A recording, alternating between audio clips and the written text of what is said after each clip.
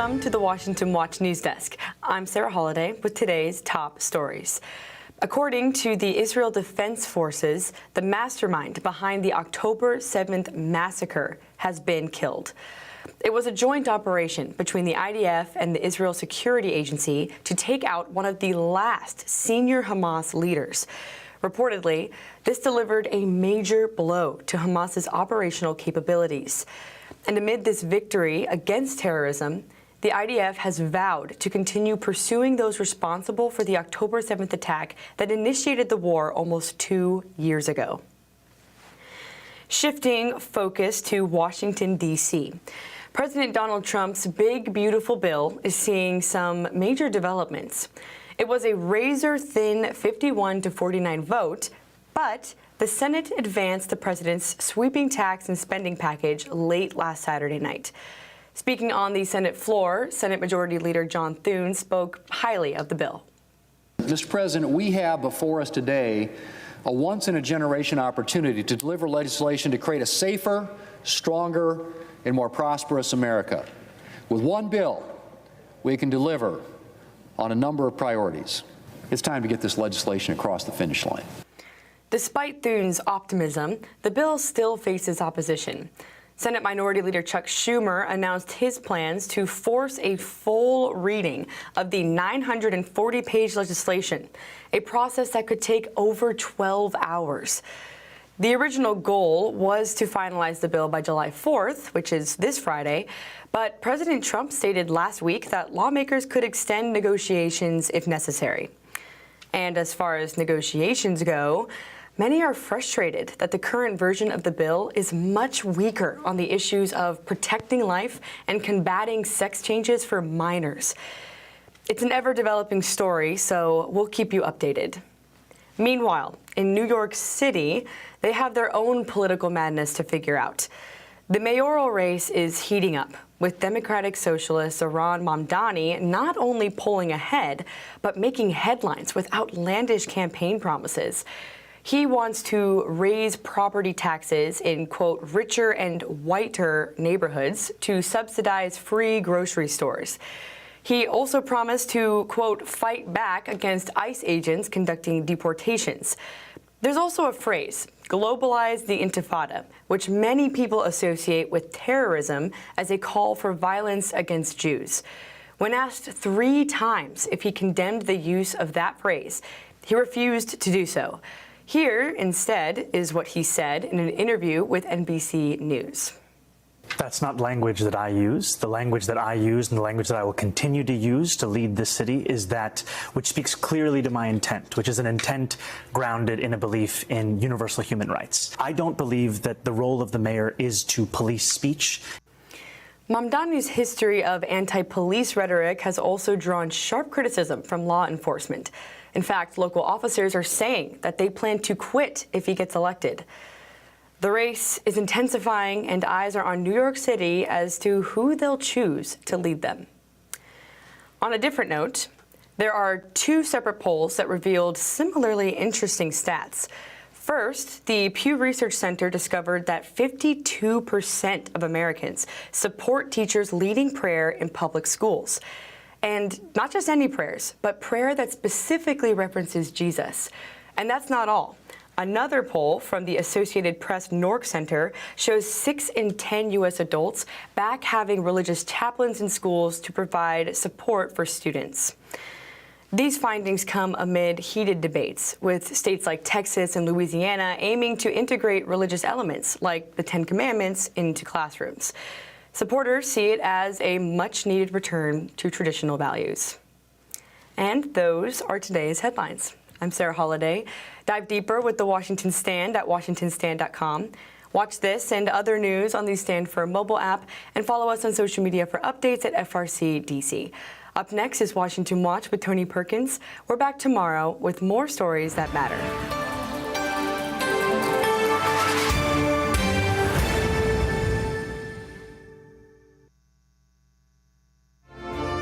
From the heart of our nation's capital in Washington, D.C., bringing compelling interviews, insightful analysis, taking you beyond the headlines and sound bites into conversations with our nation's leaders and newsmakers, all from a biblical worldview. Washington Watch with Tony Perkins starts now. This is good for America. This is good for the American people. It's good for working families. And it's been a long debate. I know people are weary. But at the end of the day, we want to get this done so that this country is safer and stronger and more prosperous, not only for today, but for future generations of Americans. That was Senate Republican leader John Thune earlier today on the Senate floor, advocating for what the president has called the One Big Beautiful Bill. Welcome to this June 30th edition of Washington Watch. I'm your host, Tony Perkins. Thanks so much for tuning in. Well, the Senate is locked in a marathon debate over the reconciliation bill, a back and forth that's expected to stretch late into the night. With every rewrite, Senate Republicans have made their bill more extreme, pro-billionaire, and more hostile to people's health care and livelihood. Why do they do that? There's a small group on that side of the aisle, MAGA hard right-wingers, who are dictating what's happened, and all the rest of the senators on the Republican side who know it's wrong, go along. That, of course, was Senate Democrat leader Chuck Schumer. Now, let me just say this. Take everything you hear coming out of the U.S. Capitol with a healthy dose of skepticism. About 90% of what's said, especially from the minority party, is nothing more than political theater. They lament the process, and frankly, rightfully so in some cases, but when they were in power, when the Democrats were in power, they did the same or worse. All right, so take everything you hear with a healthy dose of skepticism. All right, stepping off the soapbox now.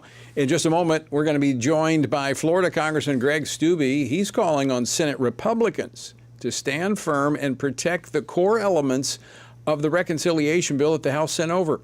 We'll talk about the prospects the bill faces when and if it returns to the House. And on Friday, President Trump said a ceasefire may be in the works for Gaza.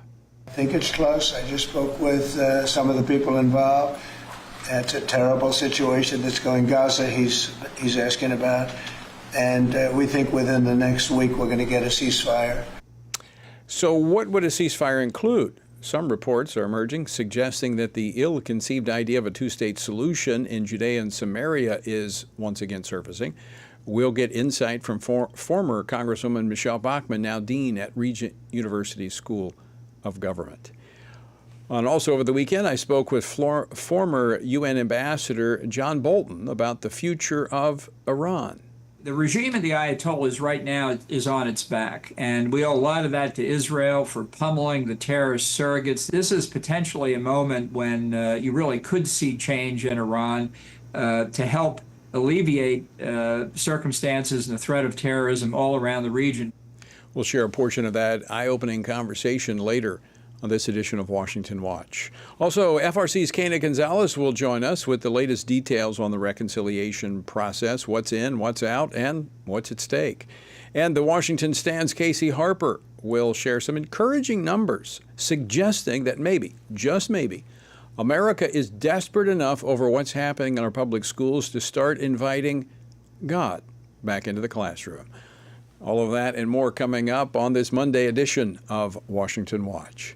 And by the way, today is June the 30th. This is the final day of our fiscal year. We are just shy of our annual budget goal.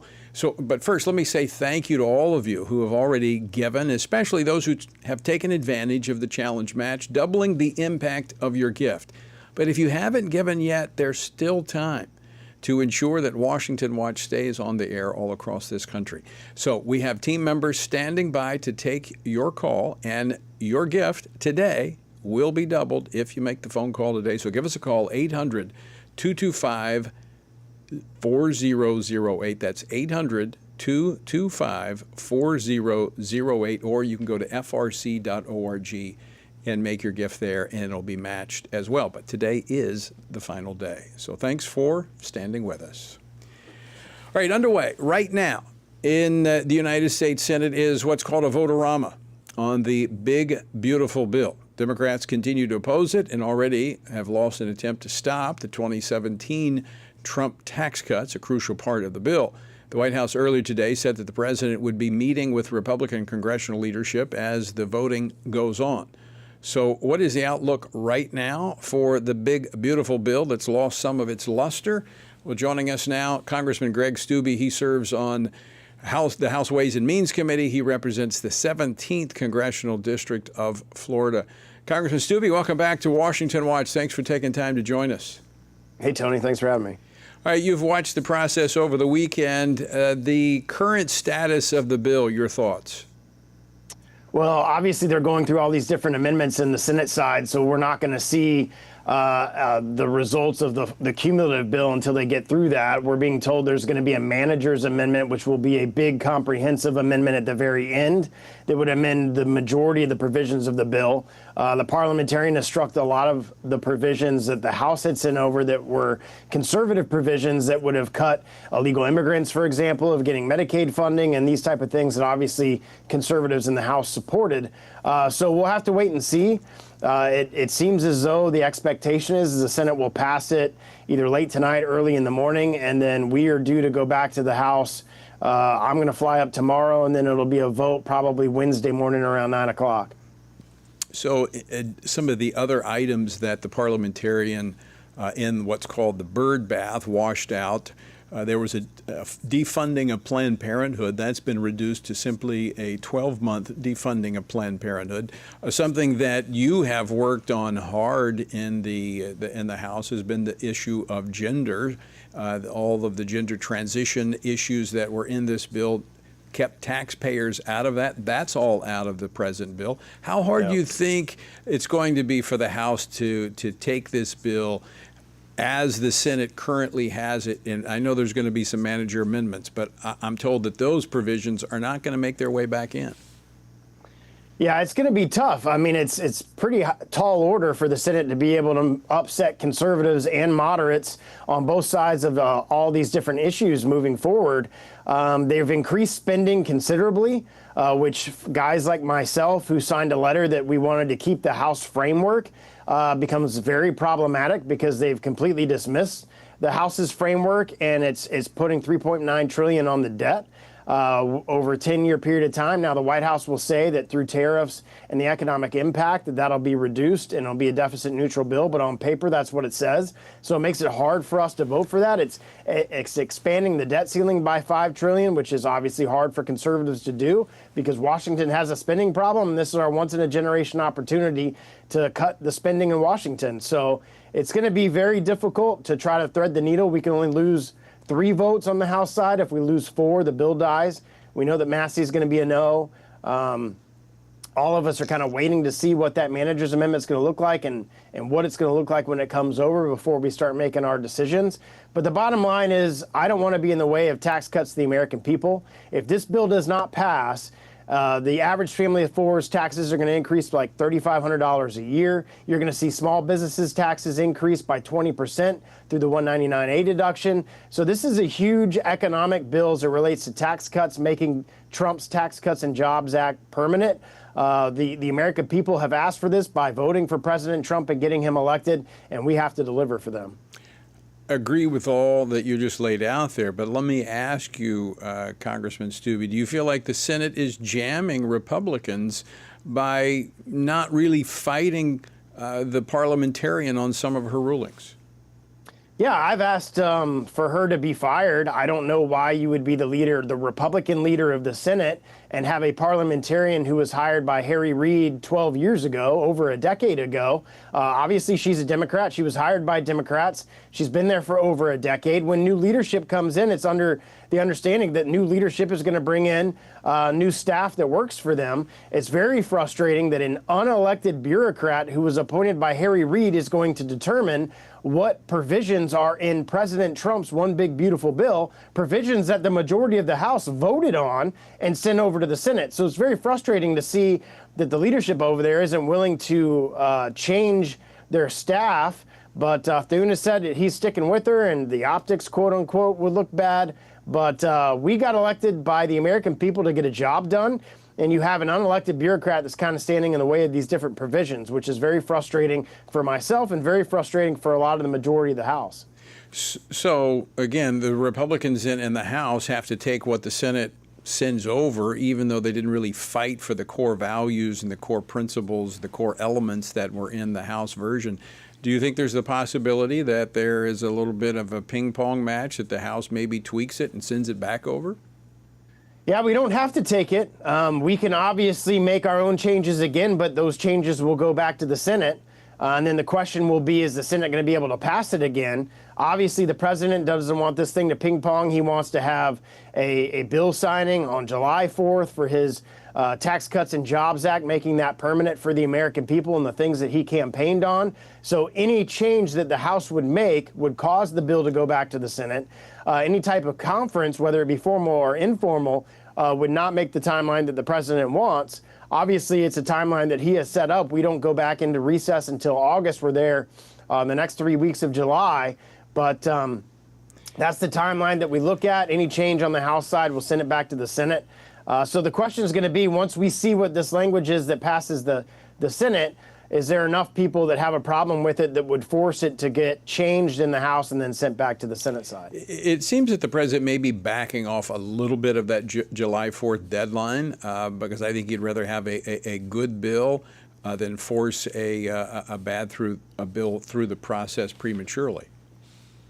I would. I mean, I would support going into a formal conference. I came from the state legislature in Florida where the House came up with a bill, a Senate came up with a bill, you went into conference, you worked out the differences, and the product got sent back down to both of the chambers.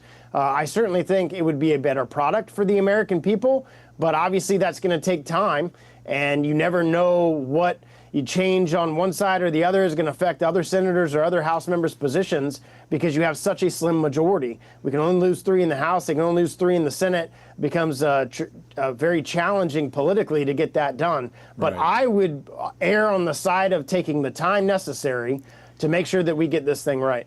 I think part of the concern may be that the Congress is going into a break. People go back home. You get some of this, we've seen some of the fabricated town hall meetings before where, people turn out and put this pressure on some. You're right, with such a slim majority, I think the leadership may be a little hesitant to send people back home for a week or so before there's a vote. Well, we're up to the next 3 weeks, but leadership has made it very clear that we're going to be voting on this bill that comes from the Senate regardless of what it looks like. So whatever product comes out of the Senate, we're going to have a vote probably Wednesday is my guess. We're going to be voting on the bill if it passes the Senate on whatever that product is. Now, if there's more than 3 people that says no, they can't vote for it for whatever reason, then that would probably force some type of either informal conference or informal discussions, or they make the changes in the House and then we send it back to the Senate, but that'll jam up the timeline for this week. All right, Congressman Greg Steube, always great to see you. Thanks so much for taking time to join us today. We're going to be watching the process, obviously, very, very closely. Anytime. Good to see you.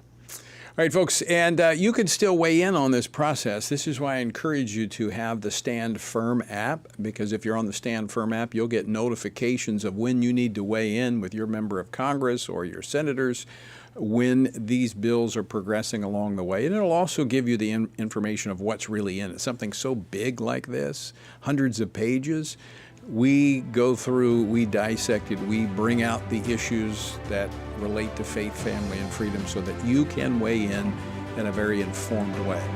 All right, don't go away. When we come back, Michelle Bachmann joins me here on Washington Watch. Hi, everyone. This is Pastor Jay Johnston, National Prayer Director with the Family Research Council.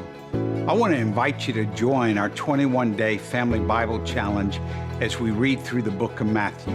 This is an opportunity for you and for your family to come together for 15 minutes a day to read God's Word together.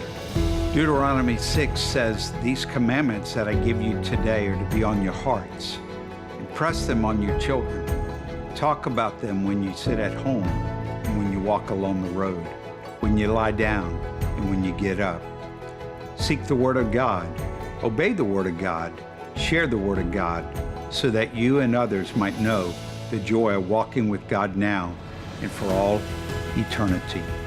As your family gathers to read the Bible, Invite the Holy Spirit to work in your life to spiritually transform each one of you. Ask the Lord to show you creative ways for you to connect with your family, to read God's Word together. I pray that however God uses this challenge in your life and those that you join together with will be a blessing to you and strengthen you as you read the Gospel of Matthew together. Visit frc.org/Family Bible Challenge for more information. In a time when Washington seems clouded by compromise, a bold group of lawmakers are standing firm in defense of the values which our nation was built upon. At FRC Action's 100% Awards, 171 members of Congress were honored for voting 100% in line with policies that promote faith, family, and freedom.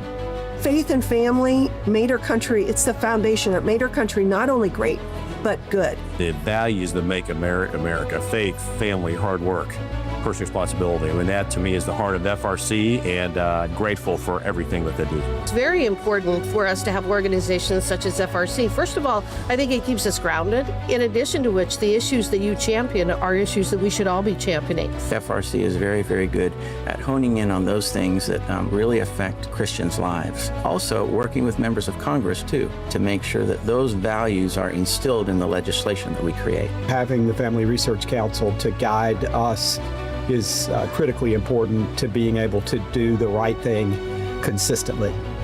These lawmakers have drawn the line, not just in policy, but in principle. This is more than politics. This is conviction in action. Visit frcaction.org for more information on how you too can make a difference.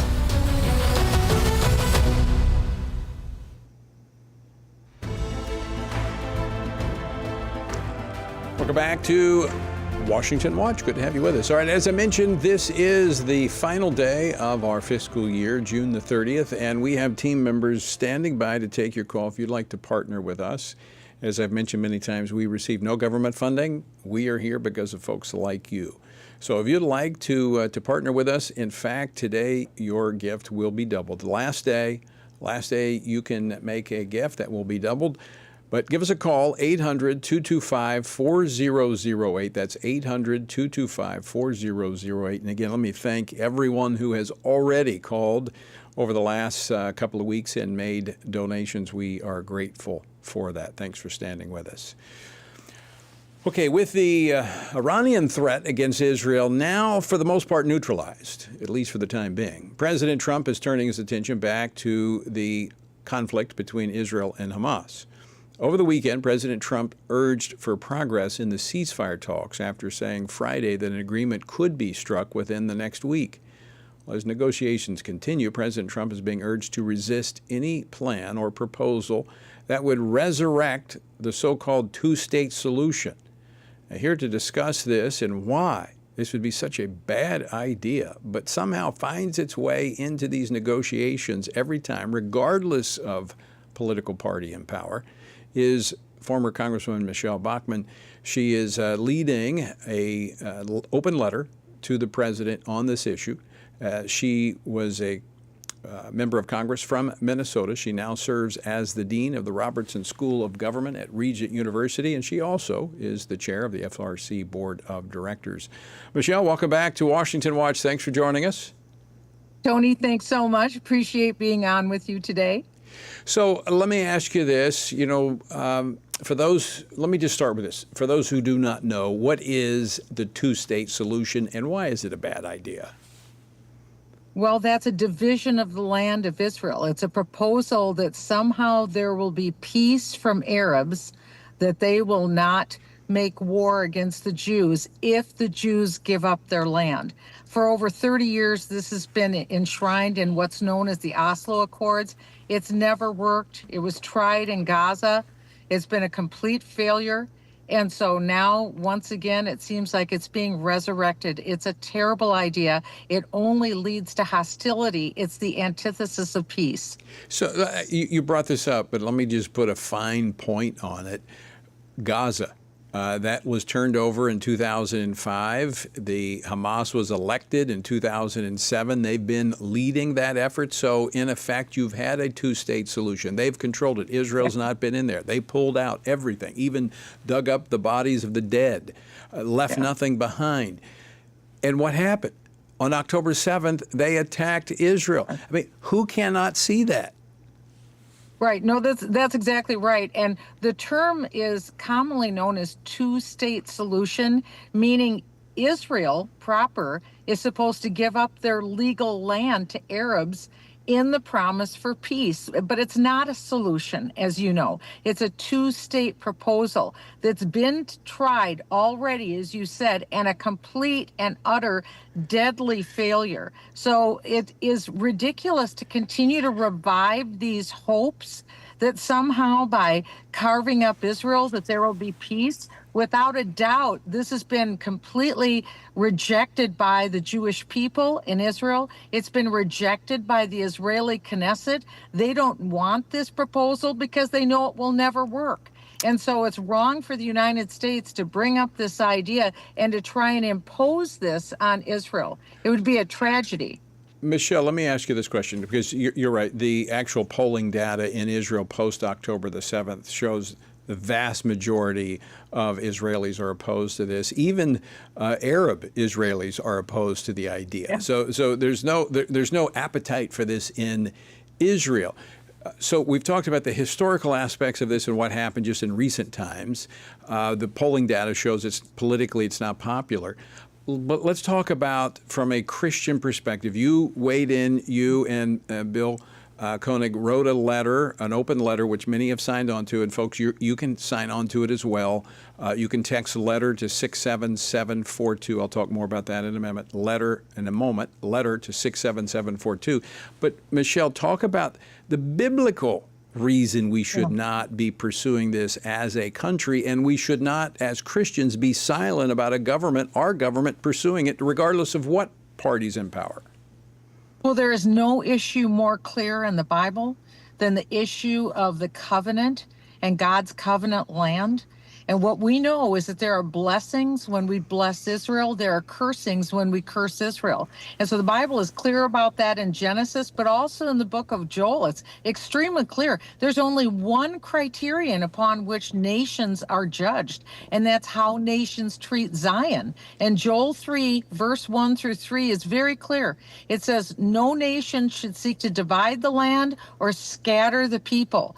That's what God will judge nations on. And individuals are judged whether we bless or curse. So God has been very clear from the beginning of the Bible all the way through the Bible that the centerpiece, the covenant, is that the Jewish people are to be in the land of Israel, Genesis 15:18. And the mission is clear. The purpose is clear.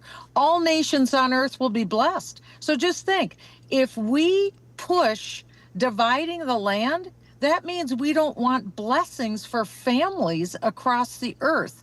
That's not what God wants. And so we need to stay in line with what God tells us in his word. This is about as clear as it gets, Tony, in the Bible. And that promise of blessing or curse is not in the future. It is in the here and now. In fact, Bill Koenig, who you have drafted and posted this letter with, is the author of a book, Eye to Eye, where he catalogs all the events that have occurred in the United States when America has been on the wrong side of this issue. Well, that's true. And the interesting thing about Bill Koenig is that he was the only evangelical Christian in the White House press corps for years. And he noticed a pattern that when presidents pressured Israel to divide the land, the United States would experience a catastrophe. And he began compiling this. He did all the research, and it's proved to be true. It proved to be true in President Trump's first administration when he proposed his Peace to Prosperity plan, which was a phased development, which if Arabs did certain things, Israel would divide its land. A terrible tragedy occurred, which was COVID and the COVID task force. So, you know, it's very complex causality. But again, the Bible is true. And we've seen it prove true in real time. And so it's imperative that all of the gains of the Trump administration not be lost. Michelle Bachmann, always great to have you on the program. Thanks for joining us. Thanks, Tony. Folks, text the word letter to 67742 and you can see the letter and sign it. All right, don't go away. The Center for Biblical Worldview's all-day workshops delves into the formation of a worldview, what it is, how it's formed, when it's formed, what that means to them personally and their churches and communities. My hope for people when they come to these worldview workshops is that they will come away better equipped to engage the people and the ideas that they're living with and around. And our goal is to give people more confidence in the gospel, in the fact that what God said to us actually is true, actually is the path to happiness and human flourishing for all of us, but also more confidence in their ability to have these conversations and help lead other people to the truth. For Bible-believing Christians to know what God's Word says on these issues and to learn how they can apply it to their lives. And we believe that the more Christians that we equip, that's how we'll change the nation. Hey fam, listen, Pastor Sammy here at Lighthouse Church, and I cannot tell you how equipping, how empowering, how incredibly educating this conference has been. And so I just want to encourage anybody that either has not been part of or is thinking about hosting this event, certainly to pastors, leaders, even CEOs for that matter. This conference is lights out. Stand behind it myself. I can't commend it enough. We're going to be talking about this for some time to come. The culture is kind of squeezing in on us as God's people, forcing those of us with biblical views to change those views or to suppress those views. It's forcing us to engage with issues that we've never had to engage with.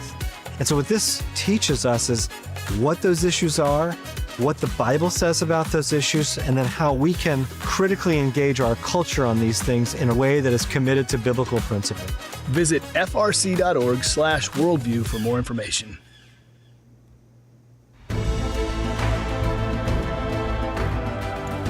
Welcome back to Washington Watch. Thanks for tuning in. All right, if you didn't catch that, text the word letter to 67742. That's letter to 67742.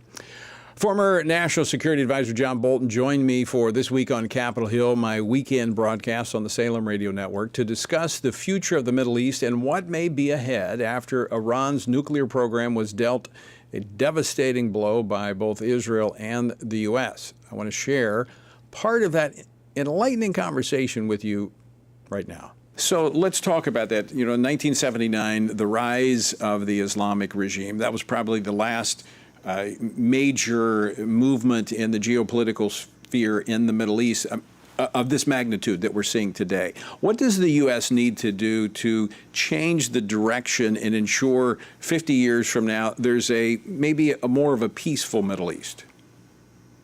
Right. I think that as long as the current regime in Tehran stays in power, that there's really no chance for sustainable peace and security in the region.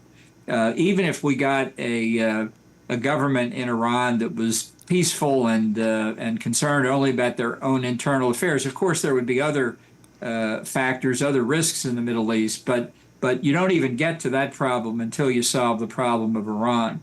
So I think that actually conditions inside Iran today are very favorable for regime change. I think the regime is extremely unpopular on economic reasons, on social reasons, on various forms of repression that they've been engaged in. I think the opposition inside and outside Iran among the Iranian diaspora really has the regime in a very difficult place. In addition, of course, the Ayatollah Khamenei, who is only the second supreme leader, is in his mid-80s. He's not well, and you can already see the signs of a potentially very destabilizing succession challenge below him. So I think we should try and help out. You know, regime change is a bad word in many circles. In this case, it does not come anywhere close to meaning boots on the ground. I think we can provide support to the opposition and hope that it will be primarily an internal Iranian affair. Yeah, that's very important to point out, Ambassador, because people think of regime change, they think Afghanistan, they think boots on the ground, they think, long-term American commitment. This could be done primarily through sanctions, keeping sanctions in place, because we know that even this week there was discussion of lifting some sanctions so China could buy oil from Iran. And that's been a major source of revenue for Iran, is through China. Keeping those sanctions in place and only removing them as we see positive developments within Iran, correct? Right, I agree entirely with what you've just said. The regime of the Ayatollahs right now is on its back, and we owe a lot of that to Israel for pummeling the terrorist surrogates, these radical extremists in Hezbollah, Hamas, the Houthis. The dictatorial Assad regime in Syria has fallen. We don't know necessarily enough about the new government there, but it certainly didn't do anything to come to Iran's aid during the Israeli attack. This is potentially a moment when you really could see change in Iran to help alleviate circumstances and the threat of terrorism all around the region. Very interesting. German Chancellor Merz said at the G7 meeting earlier this week that this is sort of the Washington gaffe, speaking the truth when you don't think anybody's listening. But he said, the Israelis have been doing the dirty work of the West against the Iranian regime, this very radical Islamist state that threatens everybody in the region, Arab and Jew and Christian alike, and threatens Europe as well as the U.S. with terrorism. So I think there's beginning of awareness that maybe the regime in Tehran is far more vulnerable than many people thought. Ambassador, I see, for those that are watching, I see over your shoulder a chessboard. This is not checkers, this is chess. When we look at the Middle East, what's the next move for America as we look at the entire landscape of the Middle East?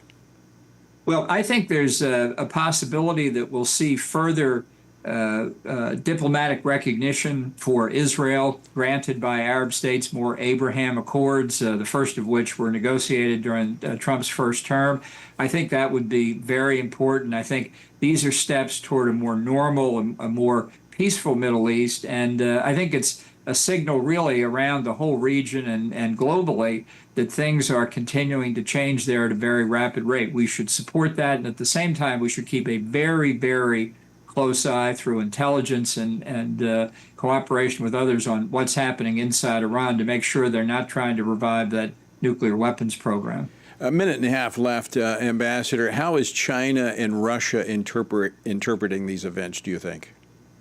Well, I think having seen the bunker buster bombs in operation, you can bet that Chinese and Russian military analysts are poring over the data they can get, and that the political leaderships in Beijing and Moscow have seen a use of American power here in support of one of our closest allies, Israel, against one of the worst threats we face, the Iranian nuclear program.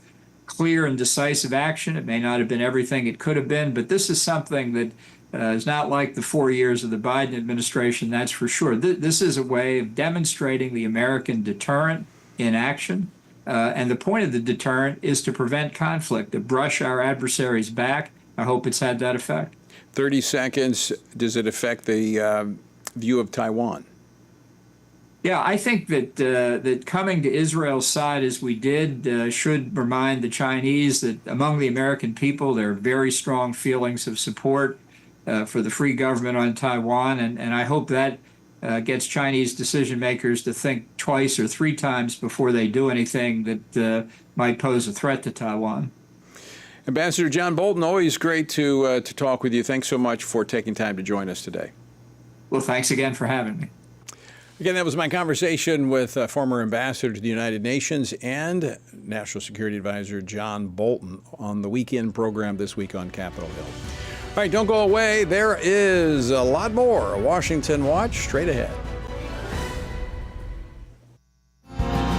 Family Research Council is committed to advancing faith, family, and freedom from the East Coast to the West. So FRC is going to Southern California for this year's Pray, Vote, Stand Summit, October 17th and 18th at Calvary Chapel, Chino Hills. Join us for this powerful gathering of Christians desiring cultural renewal and spiritual revival. The Pray, Vote, Stand Summit brings together Christian leaders, issue experts, and government officials for a time of prayer, inspiration, and action. Together, we will seek God's guidance for our nation and engage in meaningful discussions on the intersection of faith, government, and culture.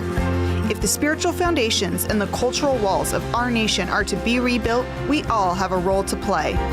May we each find our place on the wall as we build for biblical truth. Register now at prayvotestand.org. That's prayvotestand.org.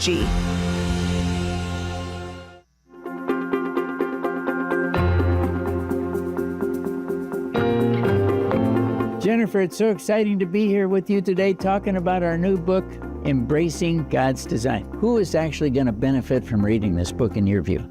There's so many different audiences that can benefit. The first one are counselors themselves, right? Because we have some material in there where we really address the gender dysphoria diagnosis and what is wrong with it. We have information for people who are wanting to go back to embracing God's design for their life. This is really magical to have the therapist and the individual who suffered come together and write about why this is happening and why we're seeing this. And we brought all of that experience to the table. We want to see people walking in the fullness of who God has called them to be and not a false identity. Order today at embracethedesign.com. How should Christians think about the thorny issues shaping our culture? How should Christians address deceitful ideas like transgenderism, critical theory, or assisted suicide? How can Christians navigate raising children in a broken culture, the war on gender roles, or rebuilding our once great nation? Outstanding is a podcast from the Washington Stand dedicated to these critical conversations. Outstanding seeks to tear down what our corrupt culture lifts up with an aim to take every thought and every idea captive to the obedience of Christ. Whether policies or partisan politics, whether conflict in America or conflict abroad, join us and our guests as we examine the headlines through the lens of Scripture and explore how Christians can faithfully exalt Christ in all of life. Follow Outstanding on your favorite podcast app and look for new episodes each week. I'm Tony Perkins, and you are tuned in to Washington Watch. If you have not yet downloaded the Stand Firm app, let me encourage you to do so. That way, maybe you don't have access to one of the 850 radio stations that carries Washington Watch, or maybe you can't get to the internet. I don't know, maybe you can't watch it on TV, but you can on the app. Wherever you go, no matter where you might be in the world, you can watch Washington Watch on the Stand Firm app. Plus, you can have access to our news and commentary from the Washington Stand and my daily Bible devotion, Stand on the Word, every morning as we make our way through the Bible. By the way, let me just once again remind you, last time I'm going to mention it, but we have team members standing by that can take your phone call if you would like to partner with Washington Watch, with Family Research Council. And in fact, today, as we've had for the last couple of weeks, but this is the very last day, if you make a contribution, it will be doubled by a very generous challenge match that's been put out there. So give us a call, 800-225-4008. That's 800-225-4008. I think we have a couple of our team members that are actually looking a little lonely. They could take a phone call from you. So give them a call, 800-225-4008. Or if you listening to a delayed version of this, you can go to the website, frc.org, and make your gift today, and it will be matched as well. Our word for today comes from Matthew chapter 24, where Jesus offers a sobering picture of what the world will be like when he returns. Verse 37, but as the days of Noah were, so also will be the coming of the Son of Man be. For as in the days before the flood, they were eating and drinking, marrying and giving in marriage until the day that Noah entered the ark, and did not know until the flood came and took them all away, so also will be the coming of the Son of Man be. So the time of Noah was marked by widespread wickedness and lawlessness. Humanity had all but forgotten God. Though Noah preached righteousness, his warnings were mocked and ignored until the rains came and judgment fell. Jesus says his return will be just like that. Life will be normal. People will go about their routines, blind to the spiritual reality unfolding around them until the moment everything changes. So what are we to do? Well, Jesus tells us very plainly in verse 42. He says, "Watch therefore, for you do not know what hour your Lord is coming. Therefore you also be ready, for the Son of Man is coming at an hour you do not expect." So let us not be lulled into complacency. Let us live with watchful hearts and faithful hands, ready for the return of our King. To find out more about our journey through the Bible, text Bible to 67742. That's Bible to 67742. Okay, as we were talking about earlier, the Senate is still in the thick of its votorama. It's a term used as the Senate puts up all kinds of amendments on this reconciliation process. They're voted along party lines, most of them, and this takes hours. It'll probably go into the wee hours of the morning. And this bill does not include, as we've talked about, it doesn't have a whole lot of pro-family, pro-faith policies, but there's some that were in there coming out of the House that we worked to get in, and they've been drastically edited or changed during the process in the Senate. So here to give us kind of a status report on the reconciliation bill and the process in the Senate and what the prospects may be as it moves over to the House is Kana Gonzalez, FRC Senior Director of Government Affairs. Also joining us, Casey Harper, Managing Editor for the broadcast of the Washington Stand. Kana, Casey, welcome to Washington Watch. Thanks for joining me today. Hey, Tony. Thanks. All right, Kana, let me start with you. What do we know? What's the latest on the votorama? What's in, what's out?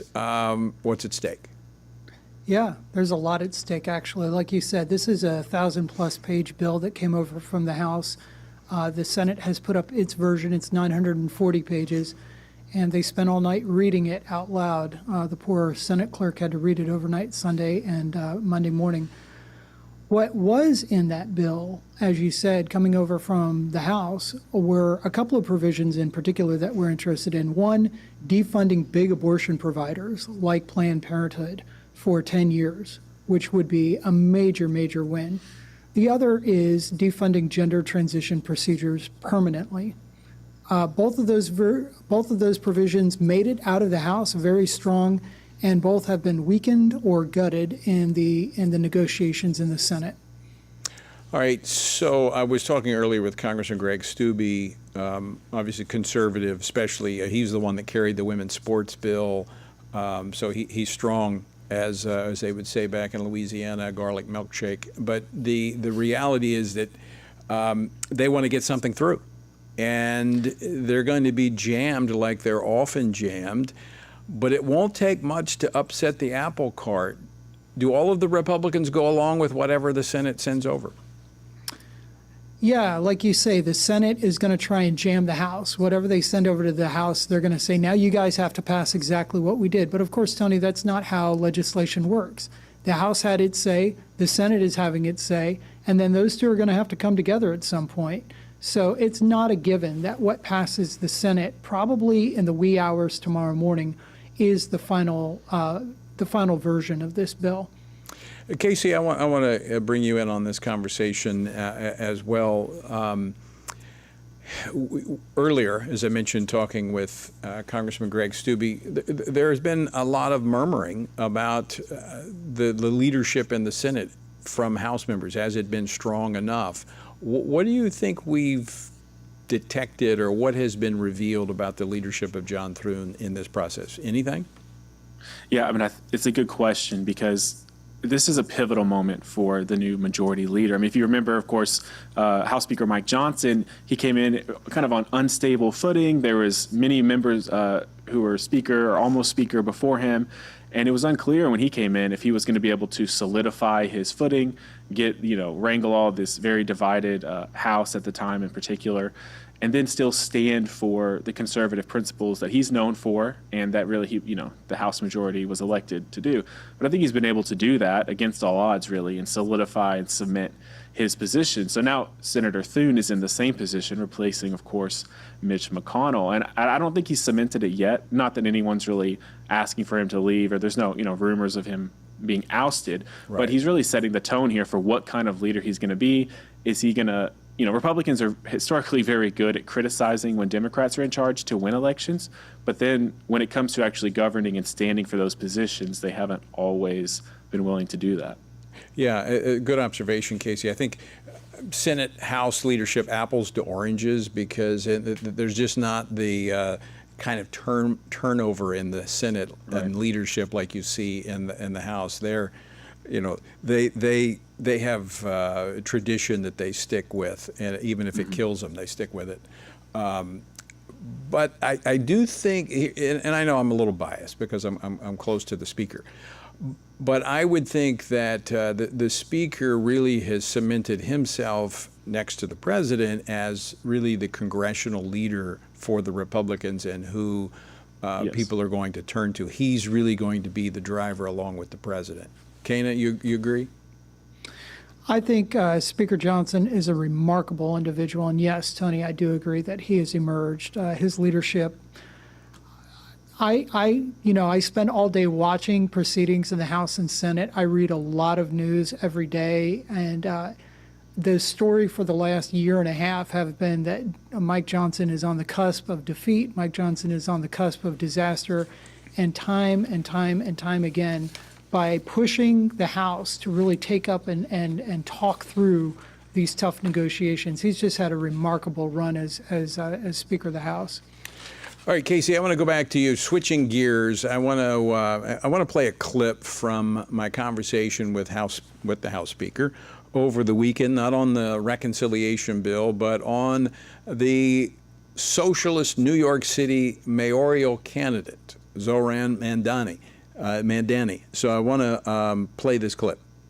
This individual is not only an avowed socialist, really a Marxist.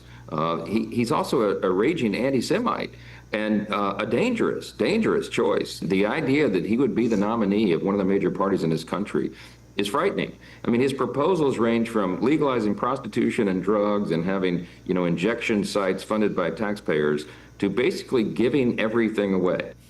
Now, Casey, I know this is New York City, but how did this happen? How did this happen? Yeah, his policies read more like a Berkeley freshman's freshman year English paper or something, Politics 101. It is the question a lot of Democrats are asking. I mean, there's kind of a practical answer, which is the New York Democrats are so discredited. Andrew Cuomo and Eric Adams have facing all kinds of allegations that someone like this was able to sneak through. So on the one hand, it's encouraging that, the Democratic Party in that area, even a very liberal area, has to be so discredited for someone like this to peek through. But I don't think we should take too much encouragement from that because, in my view, Zohran is really a look into the future of what we can expect from the left and from the Democratic Party. These are the kind of candidates that Democrats are pushing forward. We're seeing more and more of them, and they're pushing things that would make people like Bernie Sanders blush. So let's talk about some of the more concerning aspects of his platform, what he's actually proposing. Now, I know a lot of people can make statements, but I mean, he's actually calling for policy ideas like hiking property taxes for richer, whiter neighborhoods to pay for free stuff for the rest of the city. Yes, yeah, he's brazenly saying, and he even used that language, wider. We're not kind of reading into his statement. He's saying taxing one race to pay for another, which is kind of shocking language to us here. But I think, again, this is kind of the natural conclusion of a lot of what we're seeing. If you've seen the pictures of him, he's a good-looking guy. He's well-spoken. I think in many ways, Democrats are trying to recreate the charisma of Barack Obama through candidates like him and AOC, but they are, believe it or not, even much further to the left than even Obama was. And I think Zohran really represents this kind of, as good looking as he is, he's really a Frankenstein of different policies, of the worst of leftist policies. I mean, you have an arm for defund the police, which he's said, he kind of backtracked a little bit, but he said that. You have his parents, his father is a professor at Columbia who teaches about the evils of colonialism, which of course there were, but it's really the next step in that teaching is that the West is entirely evil. America is the next generation of colonialism. He's a rich kid who turned socialist, and it seems so many of the rich kids do turn out socialists, which is kind of a funny thing. And then, we don't want to make too much of this, but he's a Muslim immigrant. And I only bring that up. We're not trying to impugn all Muslims or something, but if you watch his campaign footage, he makes very clear that he wants to represent Muslims. He uses language like we, the Muslim community, are not represented. And so he's very much out there in the identity politics lane, claiming not just to represent Americans and New Yorkers, but the Muslim community. And with that comes some very controversial stances on Israel and even anti-Semitism. But I think when I say it's a look into the future, it's because you look at countries like England, which now has filled with, even though it's less than 10% Muslim, has Muslim mayors in many of its largest cities, including London. So I think that's really something we have to keep an eye on as believers, that, even small Muslim minorities, very unified, working together, can take over even cities, take over the leadership and the mayoral responsibility of a city like New York or London. Really, really good point, Casey. Kana, no chance of you moving to New York City anytime soon, huh?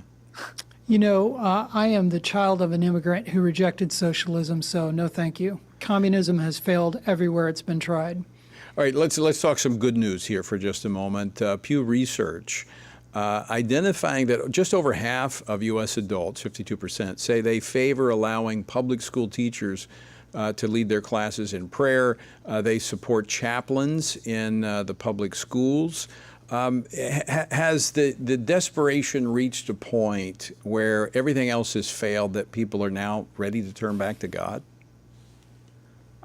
I personally think so. I mean, we're seeing, God forbid, school shootings. We're seeing suicide rates increase among young people. We're seeing hopelessness, depression, anxiety. They're seeing, on all kinds of medications to address this. And so on one hand, I think that that's part of what's happening. On the other hand, I think it's sort of been a myth that Americans oppose prayer in schools. This poll is encouraging. You're tempted to see a poll like this and say, oh, wow, there's a resurgence in America. And actually, there is a resurgence in America in faith. But Americans have not been as opposed to prayer in schools as the media has led us to believe. There was a vocal minority and then some bad court rulings that really took prayer out of school, not an overwhelming uprising. And so part of why they're being more vocal now is that hopelessness you referred to, Tony. And then also, we've seen now that this idea that the school classroom is a level playing field or a place where politics and religion can't enter is a myth, because they took prayer out of schools and then they replaced the Bible with the LGBT flag, and they replaced prayer with the mantras of Black Lives Matter and Pride and different DEI teachings. And so religion never actually left school. It was just replaced from Christianity to wokeism or liberalism. Kana, from a policy standpoint, we've seen some significant changes between 2010, 2020, a lot of pro-life laws at the states. But now we're seeing a lot of pro-Christian religion that respect it, as Casey was saying, allowing it back in, like the Ten Commandments. So there's a lot of public policy that's behind this now, that there is this, I guess, a shift in the courts, a shift in the public willingness to speak out on these things. That's right, Tony. Laws like the ones we're working on across the country right now to allow school children and their parents to opt their children into religious teaching at a local church, for example, are passing in state after state. I think Governor Abbott in Texas just signed one into law in the last 24 hours. But really the most encouraging thing to me on this front, Tony, is the rise of revival on college campuses and among youth in schools. That is where the change is really going to come from. Yeah, good point, Kana. Also, I'd throw into that more young men are turning to reading the Bible and following its teachings, which are leading them to a personal relationship with Jesus Christ. So if you can get the young men to pursue God, to come into relationship with Him, it's going to change the dynamics of the family for generations to come. Kana, Casey, thanks so much for joining us today. Thank you. Thanks, Tony. And folks, thank you for joining us as well, but we're out of time for today, so tune in again next time. But until then, you know what to do. Pray, prepare, stand, and then keep standing. Washington Watch with Tony Perkins is brought to you by Family Research Council and is entirely listener-supported. Portions of the show discussing candidates are brought to you by Family Research Council Action. For more information on anything you heard today, or to find out how you can partner with us in our ongoing efforts to promote faith, family, and freedom, visit TonyPerkins.com.